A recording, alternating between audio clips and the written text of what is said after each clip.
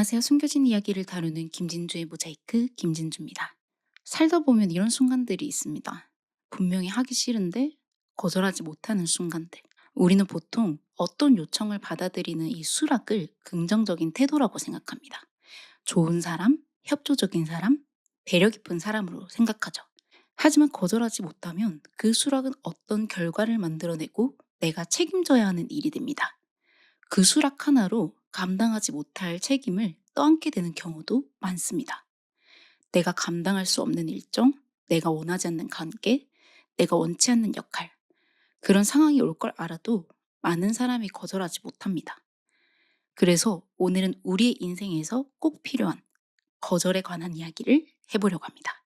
왜 우리는 거절을 이렇게 어려워하는지, 거절을 잘하는 방법, 그리고 거절을 쉽게 할 수 없도록 하는 사람들의 수법까지요. 먼저 거절을 쉽게 하지 못하는 이유부터 짚어볼게요. 사람들이 거절을 어려워하는 가장 큰 이유는 거절 그 자체 때문이 아니라 거절 이유를 상상하기 때문입니다.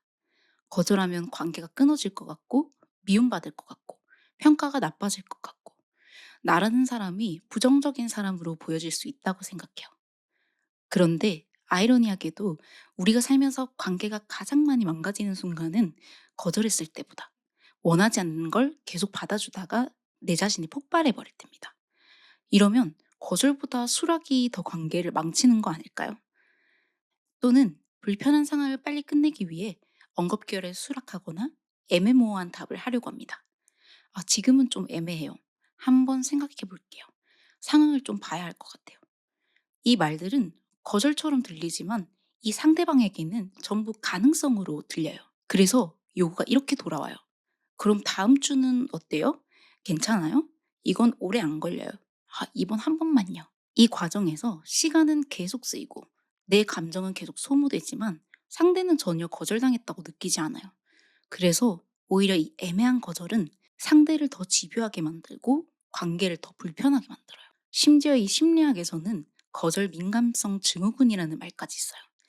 페리스 힐튼이 겪고 있다는 이 거절 민감성 증후군, RSD는 거절이나 비판을 단순한 감정, 상처가 아니라 실제 신체적 고통에 가깝게 느낀다는 것이 특징입니다. 내가 너무 냉정했나? 저 사람이 나를 싫어하게 되는 건 아닐까? 이 관계가 끝나는 건 아닐까?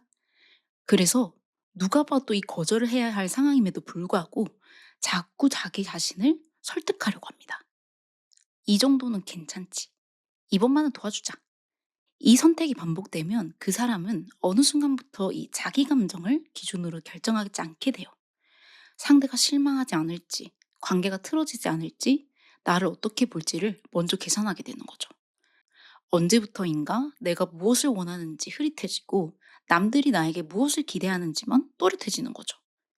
자, 그렇다면 거절을 잘한다는 건 뭘까요? 많은 분들이 오해하는 게 거절을 잘한다는 건 말을 잘 포장하는 거라고 생각합니다. 상대를 기분 나쁘지 않게 하는 기술이라고 생각하죠. 하지만 거절을 잘한다는 건 사실 화려한 언변이 아니라 태도에서 나타납니다. 제 일화를 하나 알려드리고 싶어요. 저는 개인적으로 거절할 때 설명을 길게 하지 않습니다. 거리를 걷다 보면 자꾸 말을 거는 사람들 있잖아요. 그럴 때 우리는 어떻게 하나요?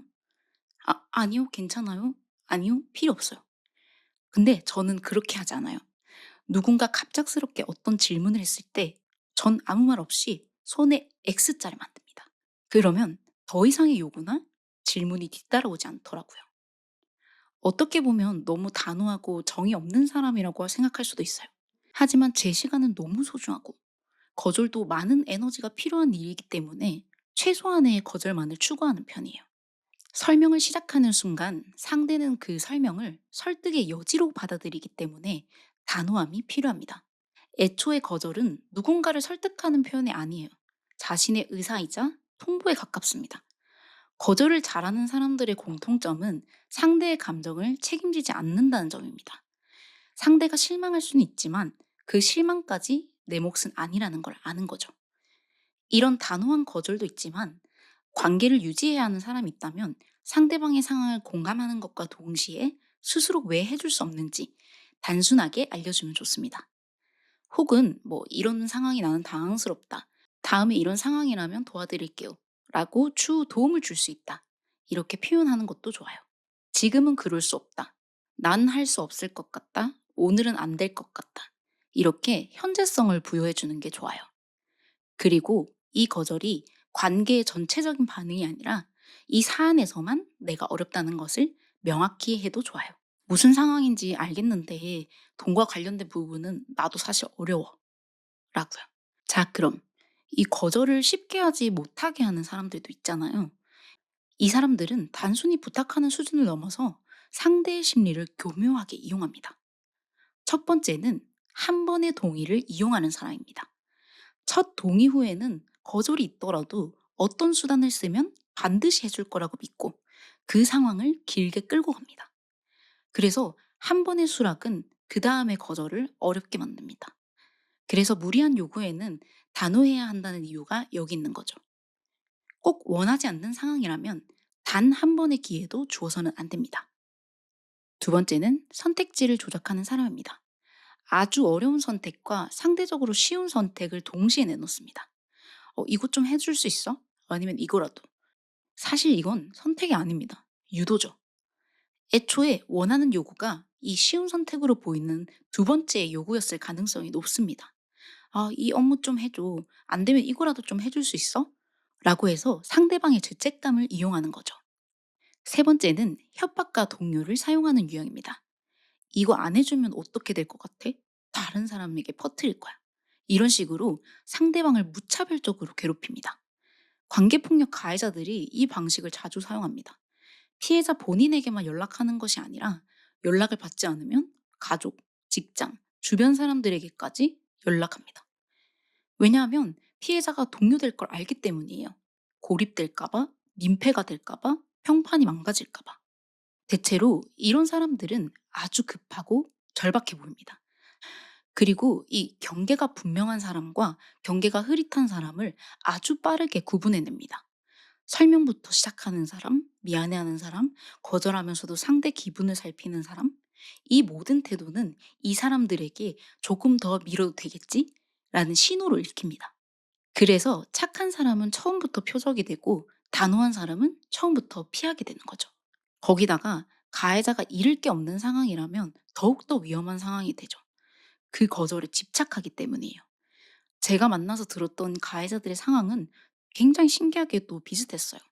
가해자들이 이미 중독에 취약하고 주식, 투자, 도박 등으로 이미 대안이 없는 상황에서 가해하는 경우가 많았다는 거예요. 이렇게 거절을 잘 하지 못하면 우리가 착한 사람이 되려고 애쓰다가 안전한 사람이 되는 걸 포기한다는 거예요. 거절은 관계를 끝내는 행동이 아니라 관계를 망가지지 않게 하는 가장 이른 경고일지도 모릅니다. 거절이 결국 관계를 끝내는 행위가 아니라 내 삶의 경계를 만드는 행위인데요. 그 경계가 있는 사람, 은근히 매력적이거든요.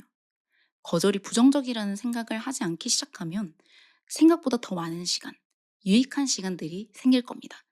거절을 처음부터 잘하는 사람은 없습니다. 모든 거절을 완벽하게 해야 할 생각조차 하지 않는 것이 좋습니다. 다만 이건 기억하셨으면 좋겠어요. 수락에는 책임이 따른다는 거. 그리고 그 책임은 누구도 대신 져주지 않는다는 거. 모든 선택에는 성인이라면 이 스스로가 감당해야 한다는 걸 잊지 않으셨으면 좋겠습니다. 수락도 거절도 어렵다면 꼭 누군가에게 도움을 요청하고 그 요구가 꼭 멀어지길 간절히 바라겠습니다. 지금까지 김진주의 모자이크 김진주였습니다.